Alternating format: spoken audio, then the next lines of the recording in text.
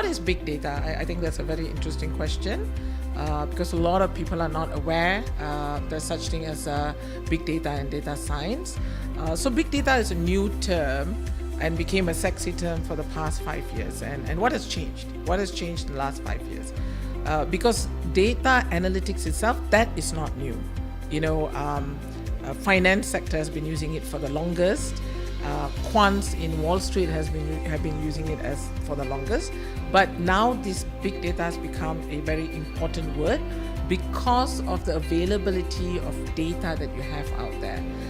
You have now smartphones, smart PCs, you have apps that allows social media, that everything that you do on your phone and in your laptop and your PC that has internet connection leaves a footprint out in the internet world. So now that's why big data has become such a big word. Why is it relevant to businesses? Not only in Malaysia, but globally, it is a very important situation that we all in. It's a phenomena that you need to have data to stay relevant. You need to have insights of your customers to make sure your businesses are relevant, because businesses are being disrupted on daily basis because of this big data being available out there. So big data has become an interesting point thanks to if I were to use an example, right, Google Analytics. So if you go into if you go to the internet and you Google something, and then when you go to your email, you'll see that Google will have all, let's say you looked for a dress, and then it will give you all, or you'll see an advert on the side, suddenly showing you all the places that you can buy clothes, right? So that's what analytics can do. So what businesses, small or big, are looking at is, how do I know what my customer is thinking about me?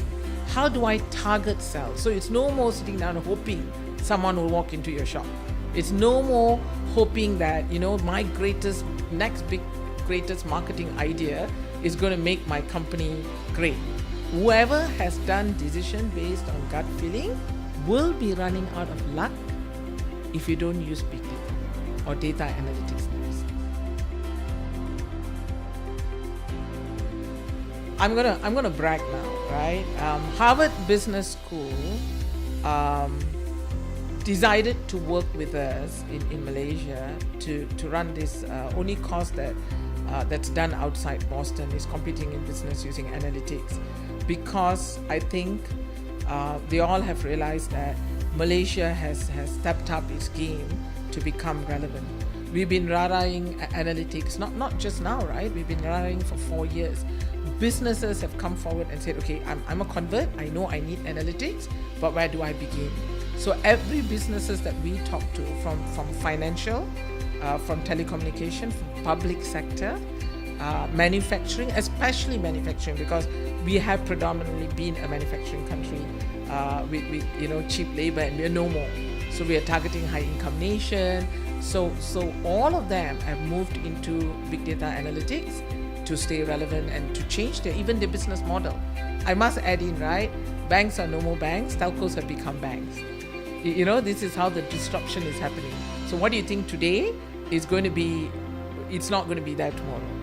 Yeah, so that's how Malaysia is very competitive. I would answer the question.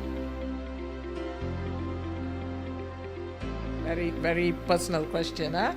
Because recently we participated, we organized a datathon with 131 participants around the world for academia, okay?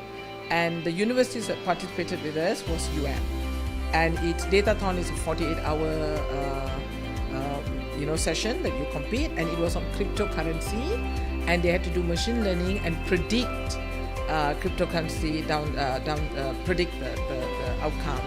And these are year 2 kids who participated, 6 of them. And I went and visited them in we sponsored them teh tarik and all that, and they looked so tired, and we were talking to the HOD, and she said, so we went like, so you think we have a chance? And she said, probably the top 20% and all that. When the results came out the next day, they were number 1, right? 131 participants. We are talking about European bloc and Eastern European bloc. What's the academic status on Eastern European bloc? India. okay? And our Malaysian students, year 2 computer science kids, came out number 1 on cryptocurrency, which we are not even looking at now. Yeah? So when people ask me if our talent is ready, I say stop underestimating, because potential is there and chances need to be given. If not, this brain drain will continue. So we should stop asking whether our talent is good enough, but keep giving opportunities, because the talents are there. Talents are leaving because we are not giving opportunity. Thanks to Facebook fiasco and Cambridge Analytica, that this privacy issue is something that need to be addressed, right? So what has happened now is, I think data privacy, whether it's big data or not, has always been an issue. That PDPA, we have this thing in place, but with social media, it's very apparent that that alone is not enough. So in EU, they have passed a law that's going to be implemented, I think, somewhere in May, 25th of May, I think, a GDPR regulation. That means companies. So I'll keep it simple, right? When you want to download an app, and then there's this clause that comes out, 42 pages, maybe 100 pages, and you have to accept the terms or not. So if you say no, you cannot install the app. So we all don't read that thing, and we say yes and we install, yeah? So now with the GDPR, it's not that anymore. There are specific questions they will ask that you must tick. Are they allowed to use your data for anything or more information? And you can choose to say no. Okay? So I think what is great about this is, especially for banks, right? You see, data in banks means power for the company, which then comes with the risk of what happened before. So when you give the power back to your consumers and they decide, yes, I want to be able to use my profile so I can get better service, or no, then that relieves the organization on whether they should be the guardian of the data. So it goes back to the users, consumers, and to the people to decide how they use the information. And I think that's brilliant, and I think we should look at something similar to that. Definitely, I think it's needed.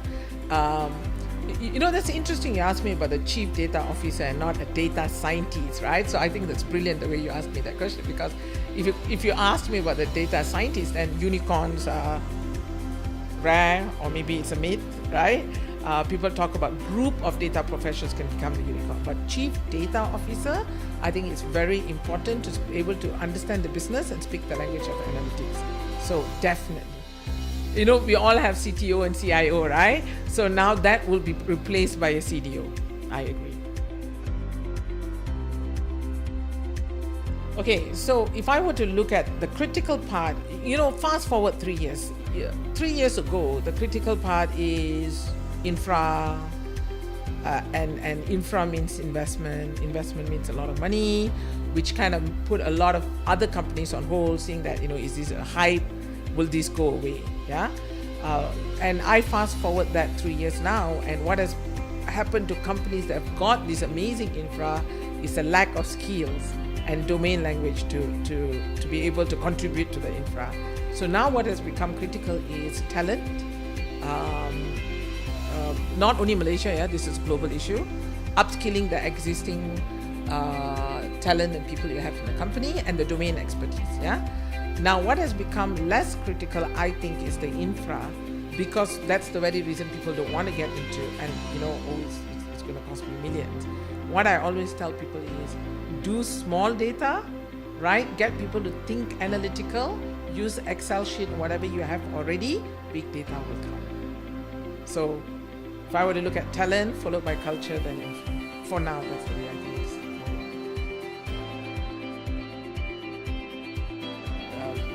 I'll elaborate more, right? Web scraping, it's not, you have to pay to web scrape in Europe now. You go to websites, you have web crawlers, and so the risk is privacy, because this is new. Because what we're trying to do is it's a catch-22, yeah? Because the issue companies have is, within their company there's no data, I call it democratization. That means allowing data to freely move So you have all sorts of data to make a decision. And then here we are talking about data privacy and data leaking. So this is where the catch-22 happens, right?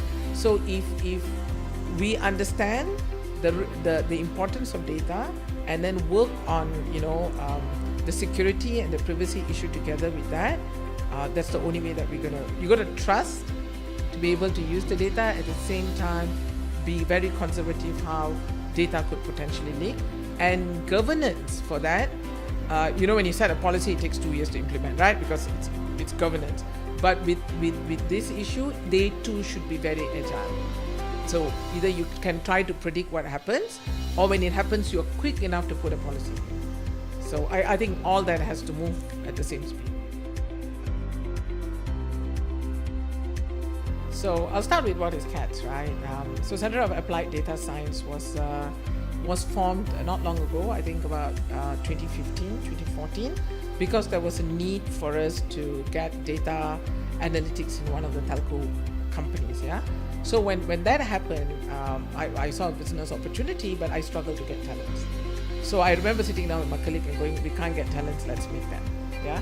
And when that happened, we were looking everywhere for modules and how do we create talents. We looked at US, and then we found the data incubator where there's a boot camp, and then we approached Harvard Business School, because the aspiration is to provide world-class talent in this country. So that was the aspiration. So that's how the Center of Applied Data Science came into place, and now we play a national agenda. Personally, if you were to talk about me, I come from a small town from North, Bukit Bertajam. I studied engineering, telecommunication engineering, and then moved to become an entrepreneur. Lived abroad. I lived in Sweden for many, many years. And I came back, and one of the greatest mission I shouldn't say greatest, one of the personal mission that I had, that I started CADS, because I have another company, I still do, but CADS was because I wanted to find ways, how do I stop people like me from leaving the country, and how do I keep people like me come back to have something sexy and that could pay more than just to do the innovative thing and come back. So that was the intention why I started. Very, very important question, yeah.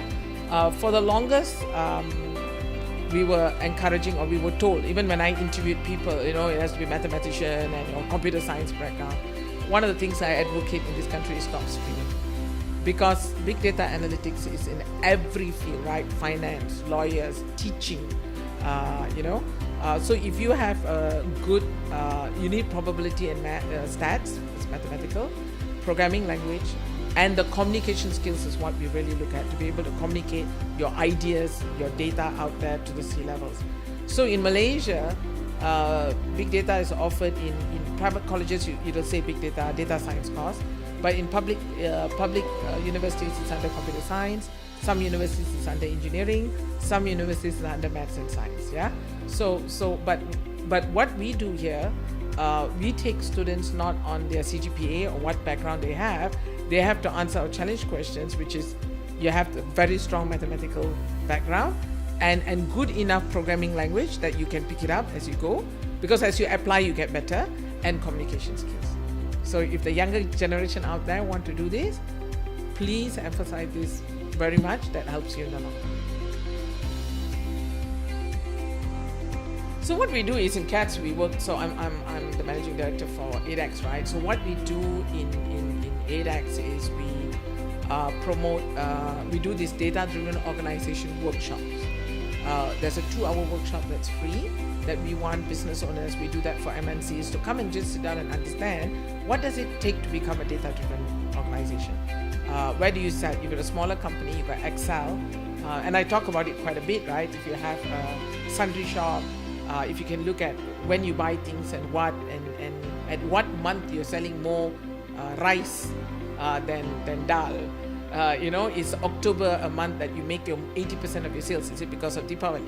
If January is the one that you look at, if it's because of its Thaipusam or if it's Raya. So these are the analytics that small business owners don't think about, and I've been guilty for that for the longest. Even when I started analytics, I did not apply that in my own company. okay, and I went like, hold on, why am I preaching to others and I'm not using it? And then now, and the past 2 years we've been starting to do that. How do you target? Do you know who has the money and who are the person that you want to send? So we do that in the data-driven organization workshop. That people want to have the awareness, they can always contact us, and we can tell them when to schedule and when they can attend.